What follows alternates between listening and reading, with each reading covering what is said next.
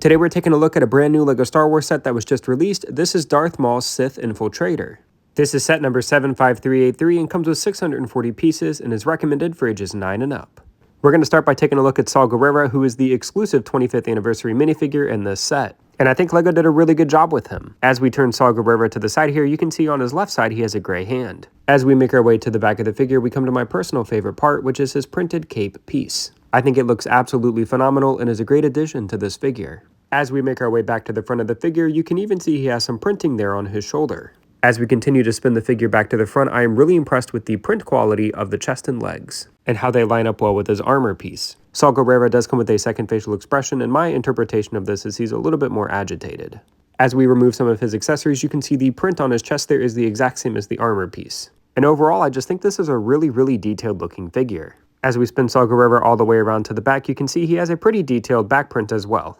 Like with all the other anniversary figures, he comes on this printed base plate that says 25 years of LEGO Star Wars.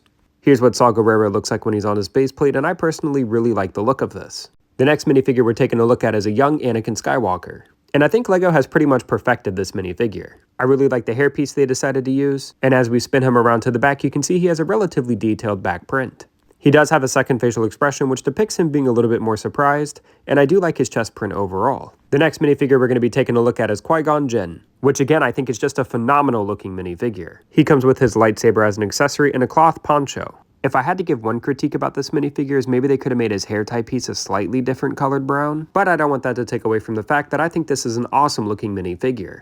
Removing his accessories, we can get a better look at his chest and leg print, and unfortunately the color of his legs doesn't match the torso completely. As we make our way to the back of the minifigure here, you can get a little sneak peek at his back print, and if we remove his hairpiece it will give you a full look.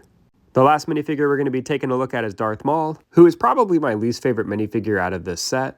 I don't think he's a bad minifigure by any means, but when compared to the other figures in this set, we've had so many Darth Mauls. As we turn him around to the back here, you can see he does have a back print, and he also comes with his double-sided red lightsaber as an accessory. Making our way back to the front, you can see that this version of Darth Maul doesn't come with any pupils, which I actually don't necessarily mind because it does make him different. Overall, I do think you're going to get 4 relatively solid minifigures in this set. I think Saw Gerrera is a good choice for a 25th anniversary minifigure. These are probably the best versions of young Anakin Skywalker and Qui-Gon Jinn we've ever gotten. And while I don't dislike the Darth Maul, I do think he should have come with a cape and a hood to make him a little bit more accurate to the scene from the movie. This set also includes Darth Maul's blood-finned speeder, which is a really simple build. But it does get the job done. I don't know if it's because the design is so simple, but I do wish there was something a little bit more to this speeder bike. Darth Maul is able to sit nicely on the blood-finned speeder. But again, I just really wish he had his hood and cape piece. He would look so much cooler. Now we're going to get onto the actual Sith Infiltrator ship. And right off the bat, I want to give LEGO some praise for the design of this ship. I think this is probably the sleekest and most accurate Sith Infiltrator ship we've ever gotten. As we take a look at the top of the ship, you can see LEGO's color palette used mostly 2 different shades of gray. I also want to point out that this set doesn't have any stickers. So all the detail you see on the set is either brick built or printed. And as we take a look down the side of the ship, you can see it's just a really sleek and nice design. Both sides of the ship are designed identically, which gives it some good symmetry and just a really good design overall. Making our way to the back of the ship, you can see it's got some pretty good brick-built detail. While the Sith Infiltrator is mostly 2 shades of gray, LEGO did throw in a couple of colored transparent pieces to break up the consistency. I also think it's interesting how on the left side of the ship there is a transparent red piece, and on the right side there is a transparent green piece. It's a really great attention to detail. On the back of the ship behind these 2 sloped grill pieces, you can also see some green transparent colors there as well. The Sith Infiltrator does have an interior, which can be accessed in a really cool way. All you have to do is move a couple of pieces, and there we go. There's also enough room on the inside to fit Darth Maul's blood-finned speeder. Once the speeder bike is placed inside, the ship is able to close up nicely. This is nice for someone like me, because otherwise I'd probably end up losing the speeder at some point in the future. When the ship is all closed up, there is this little gap at the top here, which I think could have been tightened up a bit. Taking a little bit of a better look on the inside, it's just a really simple design. There's a printed control panel and some clips. The clips are a nice addition, however, because they can be used to store Darth Maul's double-sided lightsaber.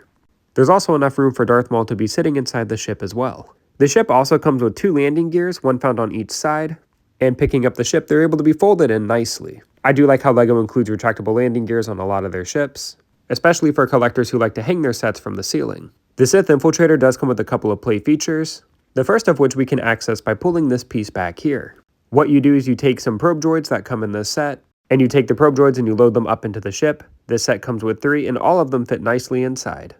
Flipping the ship over and looking at the bottom, you can see there's this piece here, and pulling it back will cause that little red piece to retract. And if we take that piece and pull it back with the probe droids inside, they will be dispatched from the ship. Also think it's worth noting that there's actually a little bit of detail on that hatch piece as well. The other play feature has to do with these two gray ingot pieces right here. And if we take a look at the front of the ship, you can see there's two spring-loaded shooters. Pushing down each one of the ingot pieces will allow the corresponding missile to fire. This set retails for $70, which I think is a little too pricey in my opinion. But I don't necessarily think this is a bad set, and I do like the minifigures included overall. Subscribe to my channel for more LEGO reviews.